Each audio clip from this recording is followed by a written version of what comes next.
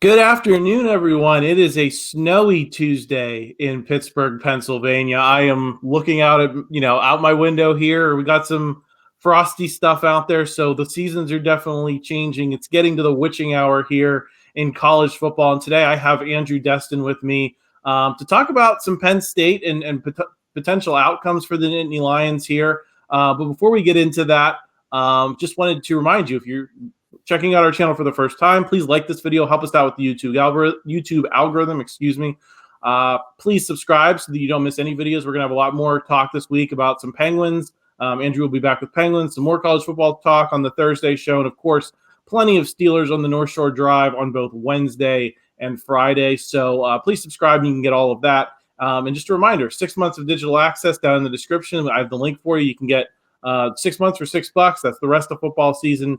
At this point, it'll take you almost up to baseball season. So that's a good deal. Check that out in the description. In the meantime, let me set this up with you, Andrew. First of all, how are you? Doing well. I gotta say, you mentioned the snow out there in Pittsburgh. It's coming down pretty hard here in State College. They're saying 3 to 4 inches tonight. So as a California guy, I know that's not a big deal probably to most Pennsylvania residents, but I always enjoy seeing snow. That's a little thing that I always look forward to. And I know most people listening to this will probably roll their eyes at that one, but I always get a kick out of it. I had to throw that one in there. 3 to 4 inches is milk and bread for the skittish people in Pennsylvania. I think that gets into the you got to go get the milk and bread. So glad you can just kind of settle in, maybe get some hot cocoa going. Andrew, my question for you. I was tweeting a little bit about this during the weekend, and it was a thought that persisted into Tuesday, that the way Penn State has played the last couple of weeks in just destroying Maryland, destroying Indiana, and really going back to the whiteout, beating the crap out of Minnesota. They've looked really good for all but like one quarter in the last month. Right.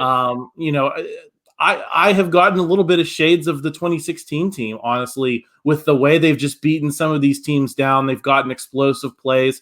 And it got me wondering, how does this 2022 team potentially stack up with some of the great James Franklin teams of the past handful of years? And if it stacks up well, do you feel like, maybe there's a bit of a waste going on here? So let me just start there. Where do you think this team, if it stays on its current trajectory in these last couple games against Rutgers and Michigan State, has a chance to stack up against some of those Franklin teams of the past?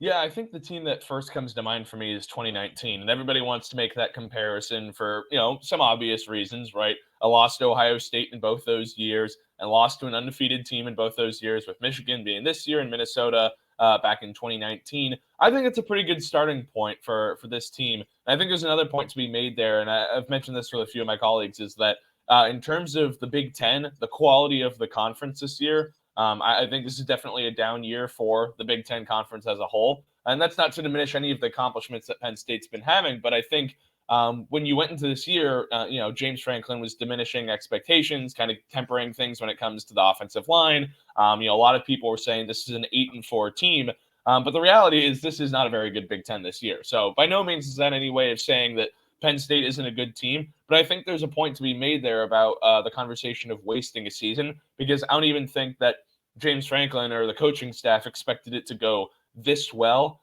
even with losses to Michigan and Ohio State, because you had to figure, okay, there was at some point where they were going to stumble. The Purdue game looked like it might be that. The first game of the year where, coming out of the gate, they were flat, made some bad mistakes, and that was a game they really kind of had to pull out of the hat there at the end in the fourth quarter. But this season really, it's kind of exceeded expectations. I think it's one of the better ones for the Franklin era.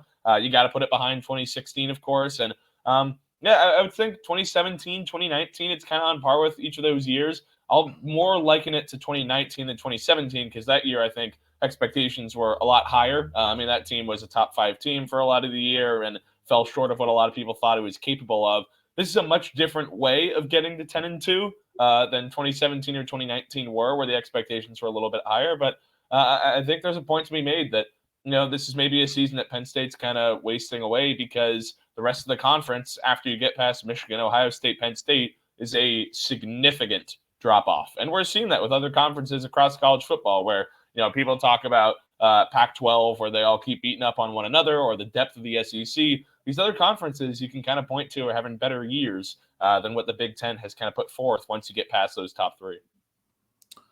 Yeah, I mean, I definitely agree about the strength of the Big Ten. Certainly, the part that Penn State has seen, especially later in the season, it hasn't been up to par. It hasn't been up to what the Pac-12 is doing. It hasn't been up to what the certainly the SEC is doing. And Penn State's taken advantage of that, and you have to give them credit. Andrew, trying to put it into some statistical context, I was looking at SportsReference.com's what they call their simple rating system earlier today. And you might be surprised to know that Penn State's best team since the 2008 Big Ten title is actually, statistically the 2017 team. I know, a lot of people have a lot of nostalgia for 2016. Trace McSorley throwing missiles, in those last handful of games on the run to the Big Ten title. That team followed through, put some, it's not a banner, but they've got the numbers on the facade at Beaver Stadium. That's, I think a lot of people think fondly of that team, but it was a little bit statistically flawed. The 2017 team seemed a little bit more complete. It had that Joe Moorhead offense. It had Saquon Barkley, Trace McSorley a year older. And statistically, that team is actually the best. But I was pretty shocked to see that this team is trending toward being the number 2 team. If they play well in these last couple of games, and that's a big if. But if you put up big margins on Rutgers, if you put up big margins on Michigan State, the way the simple rating system works with Sports Reference is they take into account, margin of victory, strength of schedule, and the strength of schedule is definitely down. But Penn State has just put away a lot of teams this year, and that tends to be the hallmark of a really good team. And we've seen that with this 2022 group. If we knew in the preseason what we know now, how would that color your expectations of this team? Would you have expected more against Michigan and against Ohio State, knowing that they'd be possibly trending toward being one of the best Penn State teams of the James Franklin era? Yeah, I think so. And I think that's a really good point you bring up there with the Michigan game too, because I think the Ohio State game, given what we know now, is about in line with what you would have expected, right? I mean, maybe not the way that it happened, where they were leading in the fourth quarter and blew it with giving up 28 points in the fourth. The means with which we got to the result of the Ohio State game was maybe a little bit contrary to what that model would have predicted for what's been a pretty good football team this year for Penn State. But the Michigan game still just stands out to me like a sore thumb. And I keep trying to wrap my head around it, and I can't, because the Michigan team, yes, they look great. They're undefeated. They're beating a lot of teams with ground and pound football. But the more and more the season progresses, it's like, what happened there? I mean, Penn State was coming off of a bye week. They were riding high with a 5-0 start. And you go after that Ohio State game. You mentioned the Minnesota one. They've looked great, really, for about 8.5 of the 10 games.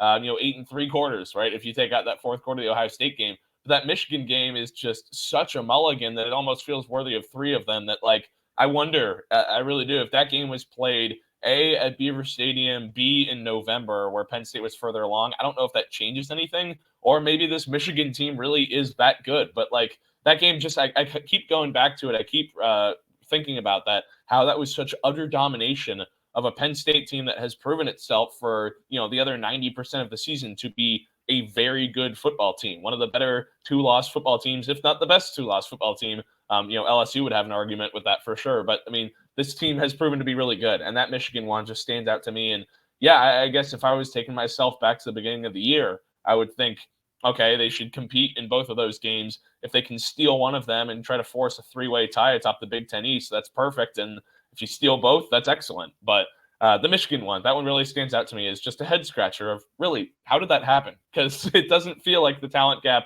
based on the other mutual opponents, right? When Penn State's played similar teams as Michigan has, Penn State looked objectively better against Indiana than Michigan looked against Indiana. Penn State looked way better against Maryland than Michigan looked against Maryland. Yet when Penn State and Michigan met head-to-head, it wasn't close. So that's just the only one that's perplexing to me. And that leads me to wonder, what was the cause of such that separation? Because it feels like the talent gap that was on the field for Penn State, Maryland, and Michigan, Maryland, it was wider in favor of the Nittany Lions. But yeah, that's just the point that stands out to me, is how strange that Michigan game seems in context with the rest of them. Yeah, and I think for me, the way I'm trying to think about this is, in comparison to past solid Penn State teams, is how much potential did this team have, and how close did it get to reaching it? And I think back to that 2019 team. I think of how much Sean Clifford relied on Pat Freiermuth and KJ Hamler, the incredible volume in the passing game that was just going to those two people. There wasn't a lot of diversity. The running backs were solid, certainly at the beginning of the year, but the things kind of evaporated where it feels like Nick Singleton and Katron Allen have only gotten better as the season's gone along. I kind of feel like that 2019 team maxed out on its potential. I don't think it really, other than obviously that terrible Ohio State ending. We talk about that one game all the time, but I kind of felt like that 2019 team maxed out. I think the 2016 team also did. Given the talent it had, given the I think lesser depth, considering they were still, within spitting distance of the sanction era following the Jerry Sandusky scandal. The 2017 team, I think, is definitely a letdown. I think there were high expectations that they certainly didn't meet that year. And so that's why, I guess it's not hard for me to believe the simple rating system from Sports Reference saying that this could be the second best team. I think that leads to the same conversation we've had numerous times here, Andrew, which is if you could have switched the quarter, would be playing now, and you could have gone to Drew Aller earlier. I mean, does this? It has to color that conversation as well, right? In hindsight, and you can't change it now. And we talked about it before those games, but now looking back in hindsight, how does that change your view of the decisions James Franklin made at quarterback?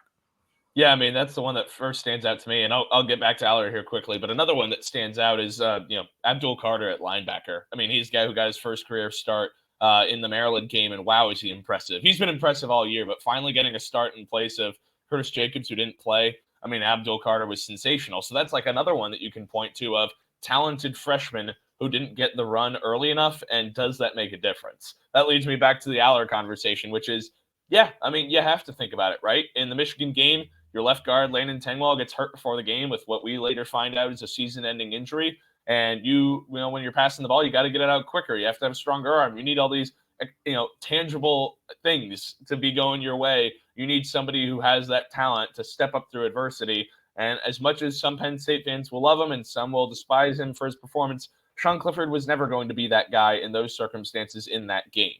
So that's what leads you back to that Michigan one is, Penn State has all this talent, right? James Franklin has recruited it to a high level. The coaching staff has all across the board that against a Maryland and Indiana, you can overcome whatever flaws you have as a team simply because you are a better all-around football team. Against Michigan, you and I have talked about it. You need that wild card. You need that ace. You need another, trick to pull out of your bag that maybe people didn't see coming. And Drew Aller could have been that for Michigan. We'll never know. Maybe it wasn't enough. And, some people might have the opinion that it wouldn't have mattered. I kind of thought that coming out of Michigan that, wow, this talent gap is too far. Coaching plus talent, it's not close enough. But then as the season has progressed, I kind of contradict myself and think this team is better than I give them credit for. And they keep proving that to me week after week as the team gets older and more mature.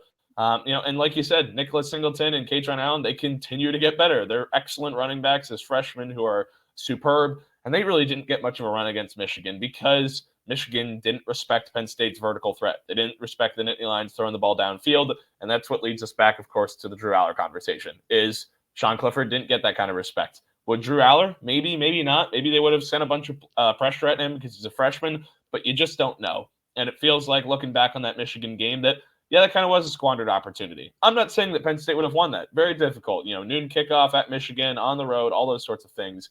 But it leads you to think because the Ohio State game, you take away a couple of those turnovers, that's about as good as you can expect Sean Clifford to play, right? 370 yards, a number of touchdowns, extending plays. He was as good as you can ask him to be, minus the couple of turnovers.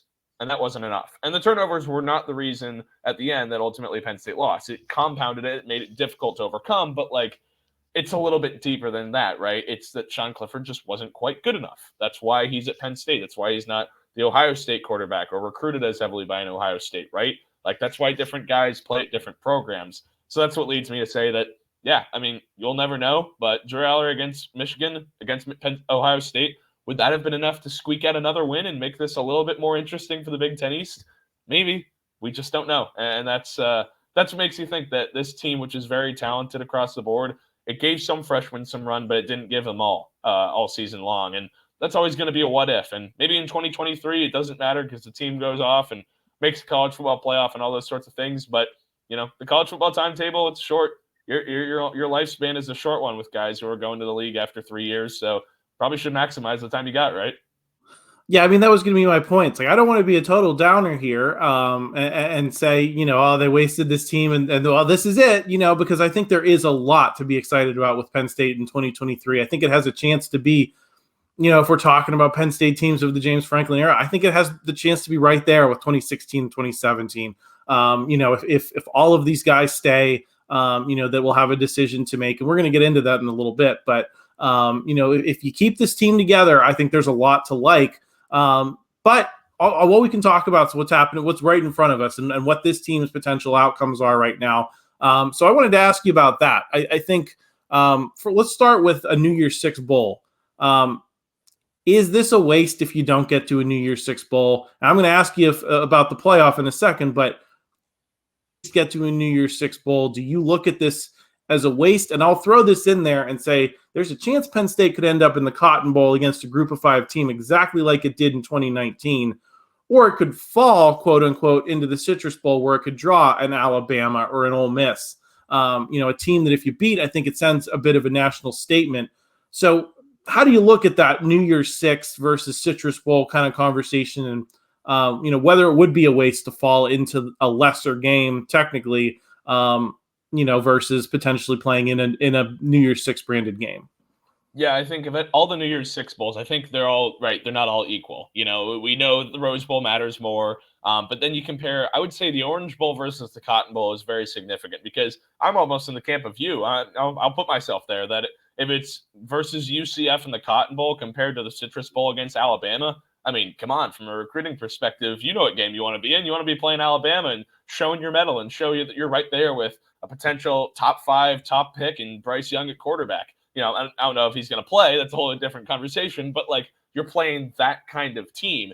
The Memphis game, 2019, I mean, Cotton Bowl, the Jerry World was half full. It's just not a spot that people get real excited about unless it's a college football playoff game because the history of the Cotton Bowl has changed so much, right? I mean, it used to be played in a different stadium, used to have legitimate conference ties. Now a Big Ten opponent versus a Group of Five team, each fan base traveling 15 hours driving. It's not the same. So I would say the Orange Bowl, if you get there, great success. But Cotton Bowl versus Citrus Bowl, fans shouldn't be too upset about that because in reality, I think what's more exciting and what fans really should be more excited about would be playing in a Citrus Bowl against an Alabama, against an Ole Miss, where you play an SEC opponent because Penn State did that last year and came up short. And I got to believe that they would like to prove themselves in a similar type of setting again because, that's just a more marquee game. That's more interesting. And come on, Florida versus Texas, you got to think January time frame. Fans want to be in a warmer spot, right? So Florida's not a terrible place to travel to versus going to Dallas at that time. 2019 Penn State fans didn't. It's hard to say whether they would again. I can't say concretely one way or the other. But when it comes to prestige of the game, I think either the Orange Bowl or the Citrus Bowl would be viewed as a success. And New Year's Six Bowl, whatever it is, yeah, I think they're all kind of the same in terms of, they're all put under one category. But after you get past the Rose Bowl, it's kind of like, what are you fighting for? It's all a bowl game. It's all you're playing against teams. It's just a matter of if the matchup is exciting or not, enticing, because UCF, don't know if that quite does it for the Penn State fan base.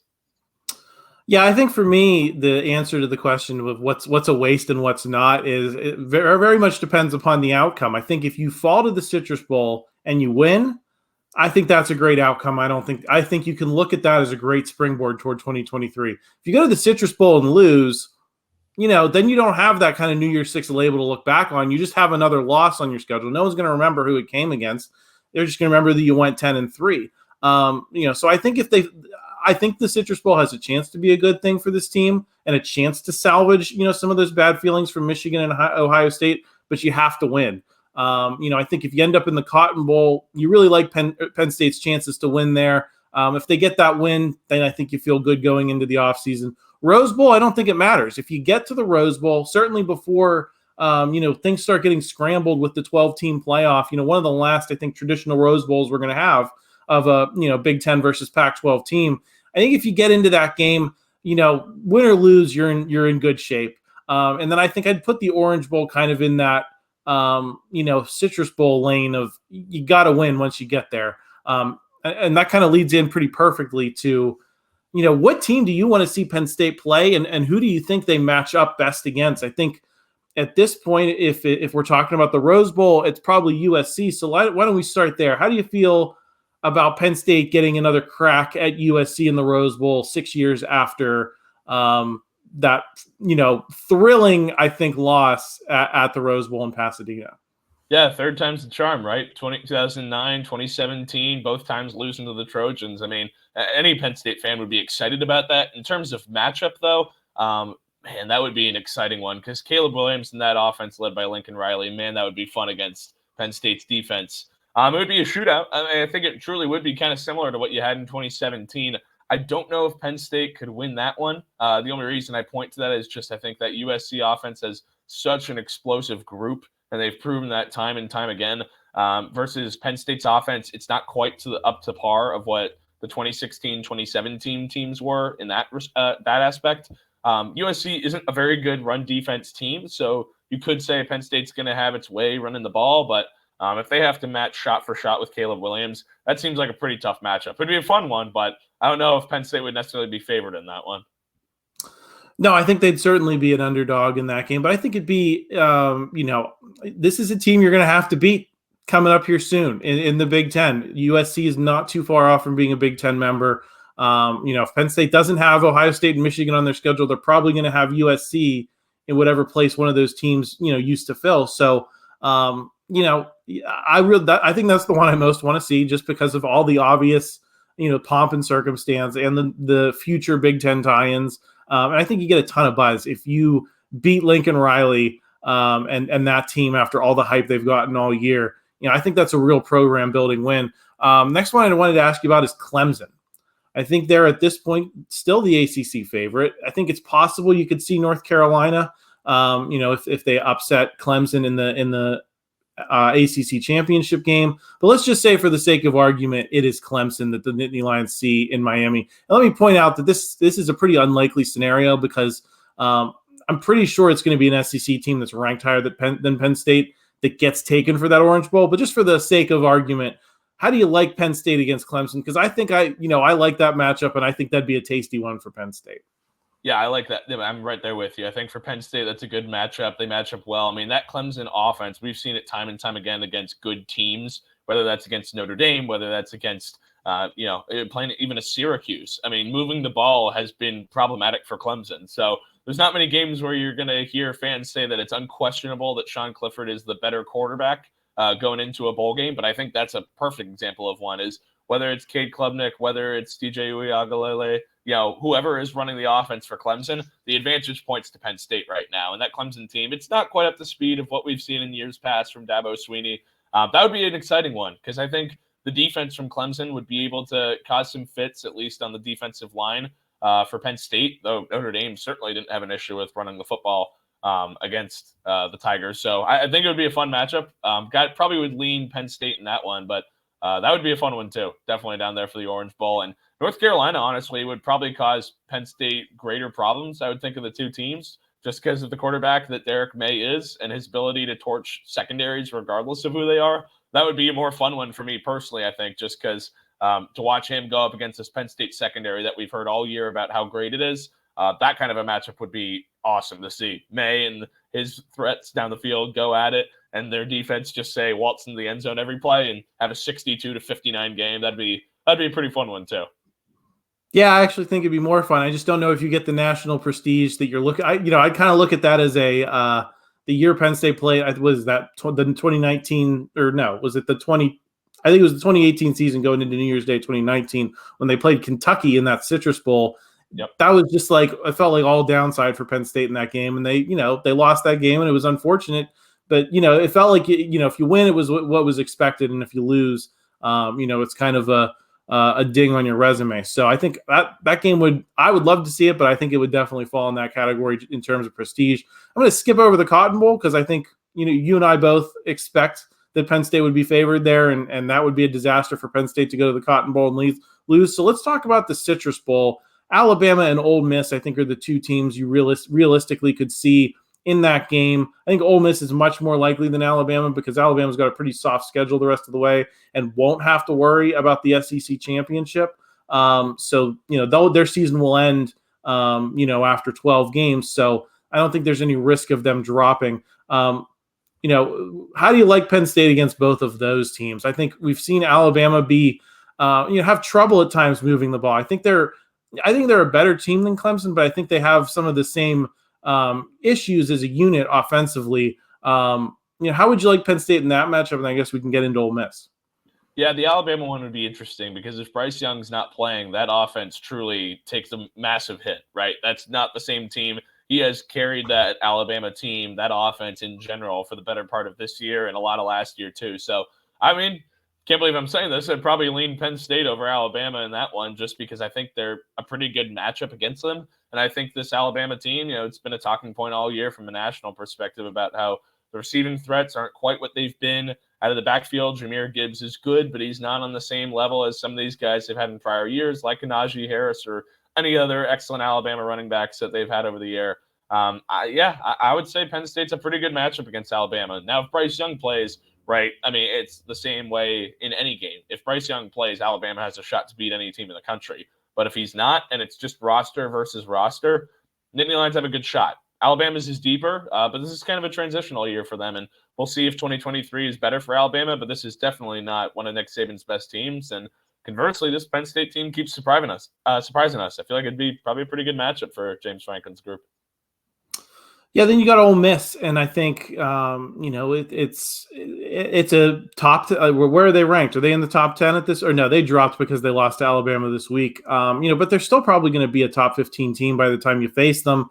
I think prestige-wise, beating Lane Kiffin, beating a buzzy SEC team. I don't know if they've got the prestige necessarily of an Alabama or some of these teams that we've been talking about, but they're buzzy, certainly. And I think beating that team would probably be a big boost for Penn State.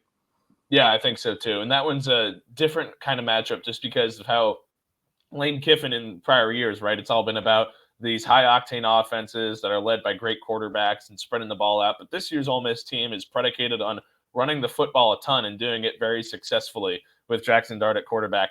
Yeah, that's a tougher one. I feel like that could be a game that sneaks up on Penn State, and maybe the players don't get quite as amped up for as they would for an Alabama per se. And then the ability they have to run the ball. We saw what Michigan did against Penn State with running the football, albeit Ole Miss is not the same team as Michigan with running the football. But I think there's a point to be made there that aside from Michigan, nobody's really threatened the Nittany Lions with running the ball. But that's because Penn State hasn't faced good running teams. Maryland, not a good running team. Purdue, not a good running team. The only other one would be Auburn, and that team, that program is in total chaos at that point in the season. And, big win for Cadillac Williams, their head coach now. But I think that would just be probably a little bit more difficult of a matchup for Penn State just because of how much the Rebels like to run the football, how successful they've been at it. And if Penn State's not playing with some guys who potentially could be sitting out for personal reasons to prepare for a draft, like if a PJ Mustipher is not good to go because he sits out to prepare for the draft, I don't know how I feel about that defensive line stopping Ole Miss running the football, considering how much they like to do it. Yeah, I think that'd be an interesting matchup, and I think all of these, I think it's about whether you win, like we were saying earlier. I think all of them will be interesting for their own reasons, but I think in terms of looking at Penn State moving forward, there are some they're going to need to win more than others. To kind of have that 2023 buzz. I think lots of people think that they deserve to have with how they've played for this last month. The one possible caveat, and I wanted to ask you about this before we sign off. Because it's coming up sooner than we think. I think a lot of people think about roster decisions in terms of something that's going to happen after the bowl game that we're going to talk about in January. And that may have been true, back in, when I was in college, 2011, 2012, those years. But now with the transfer portal, things can happen very quickly. There have been some national murmurs among some national writers that there could be elite talent in there as soon as the regular season is over, in 2 weeks after Penn State faces Michigan State. And, there's been some concern in Penn State world about, is Penn State going to pony up from an NIL perspective to try to keep some of these players? We saw the state law was passed this past week, signed by Governor Wolf, that loosens restrictions a little bit. Penn State can now organize NIL deals for its athletes. I think that's a big game changer, because I think Penn State as an institution has a lot more will and ability and incentive to try to line up deals than maybe some of the donors who the burden fell on before. let me ask you about that, Andrew. Are you concerned at all that Penn State could lose some of these guys that we're talking about with some excitement before the start of next season, or do you think Penn State's going to do what they need to do to keep these guys in Happy Valley? If you had asked me that question a year ago, I would say there's legitimate cause for concern. But with the way that the state has adopted its laws, how it's transitioned and changed to kind of evolve, I think that's huge. And also, there's a more coordinated collective effort that's happening among these NIL collectives at Penn State that I think they're going to be okay in that respect.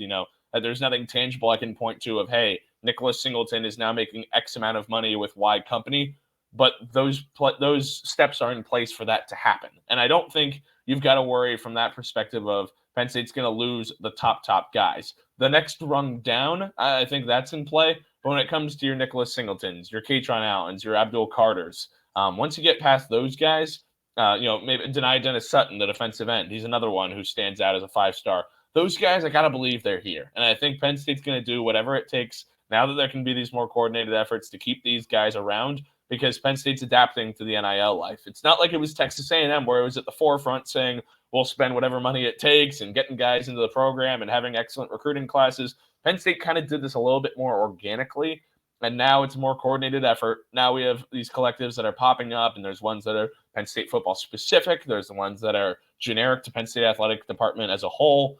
There's more of an effort there that seems like to keep these guys here. So I would say not as much of a concern as there would have been a year ago, because at that point, Penn State was not ready when it came to the NIL world. The school, the university athletic department, it was not up to speed. But now with the new university leadership, with the new athletic director, Pat Kraft, the university president, Neely Bendapudi, it seems like there is a little bit more of a coordinated effort there to keep these guys around and do what it takes, which I couldn't probably have said the same about a year ago at this time, especially for a team that was coming off a 7-5 season, lost a bowl game, and was just in a very different spot as a program. But right now mood feels a little bit better around here in a lot of ways. And when it comes to retaining talent, that hasn't been too much of a talking point. There haven't even been really many guys who have left the program mid-year. That was all pretty much, aside from Devin Ford and Keziah Holmes before the season started, nobody really of note has left on any accord. So I think Penn State will be okay in that respect. Yeah, I think, I'll move the goalposts a little further up. I was concerned this summer. I was talking to donors, and I think there is still some, some Joe Paterno era reluctance to get into this pay for play type of thing. It doesn't comport with Penn State's values historically, and I think there is a large segment of the donor class that's been uncomfortable with NIL, that's been uncomfortable kind of running things themselves from out in front and saying, well, we're because Penn State can't coordinate these things, then now it's just falling on the donors to just do things that I think they're inherently not comfortable with. I think putting that power in the hands of James Franklin, who understands where the sport stands and can say, hey, this is what I need to keep this player here.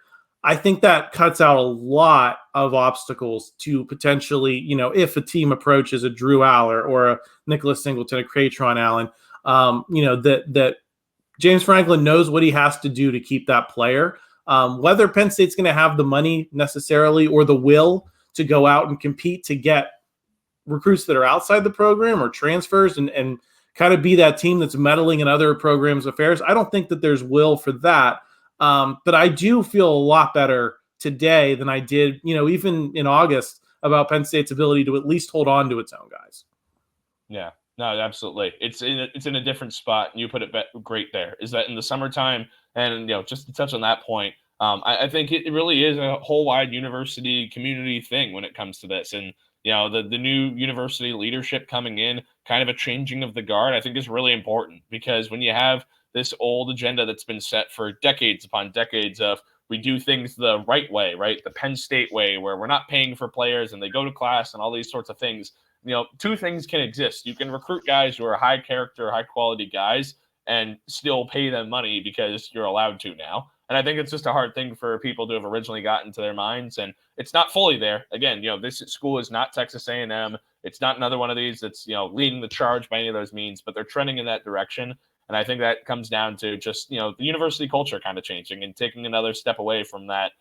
We do things the right way. We recruit the right guys. you can keep doing that. Just let them make their money because they're allowed to, right? I mean, that's college athletics now. Yeah, and Penn State's got to adapt, but I do think this legislation was a big deal for Penn State, and we have maybe some Pitt viewers here too. I think it's probably a big thing for them as well, given the way things went down with Jordan Addison.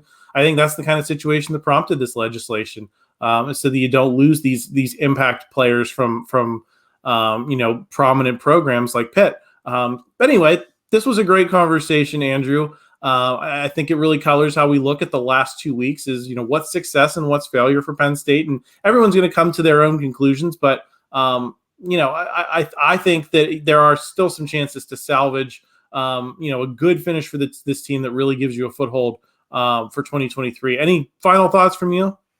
Just that, if you'd asked me before the year, I said 9-3. A lot of people said I was optimistic. I thought they were going to lose to Purdue and lose to Ohio State and Michigan, and thought the schedule was pretty easy aside from that. So they exceeded my expectations, exceeded a lot of people's expectations. Team's in a better spot than I thought they'd be. I got to give credit where it's due, and didn't think they'd be sitting here at 8-2 right now. So kudos to the Nits on that one. Well, that is all for us today, everyone. Andrew will be back. I think you are recording both Thursday and Friday, right, Andrew? For first the college football show on Thursday and then some hockey talk on Friday? Yeah, you got it. Me and Noah on Wednesday night going into Thursday, and then me and Matt will be back talking a little Pens action on Friday. So glad to be here on the podcast format. It's fun to be out here on YouTube with you. Absolutely. So stay tuned for that. And like I said, stay tuned for Chris Carter. I think he's going to have Brian Bacco on Friday. I'm not sure if we have a Wednesday guest yet, but there'll be lots of Steelers talk as they get ready for the big game this Sunday against the Bengals. So again, hit that like button, hit the subscribe button, and we will see you again next time. Thank you for checking out this content from Post-Gazette Sports. If you liked the video, please like it and subscribe to our YouTube channel. If you enjoyed it on Apple Podcasts, please rate us 5 stars on Apple Podcasts. For 6 months of digital access to post-gazette.com for just $6, click the link down in the description.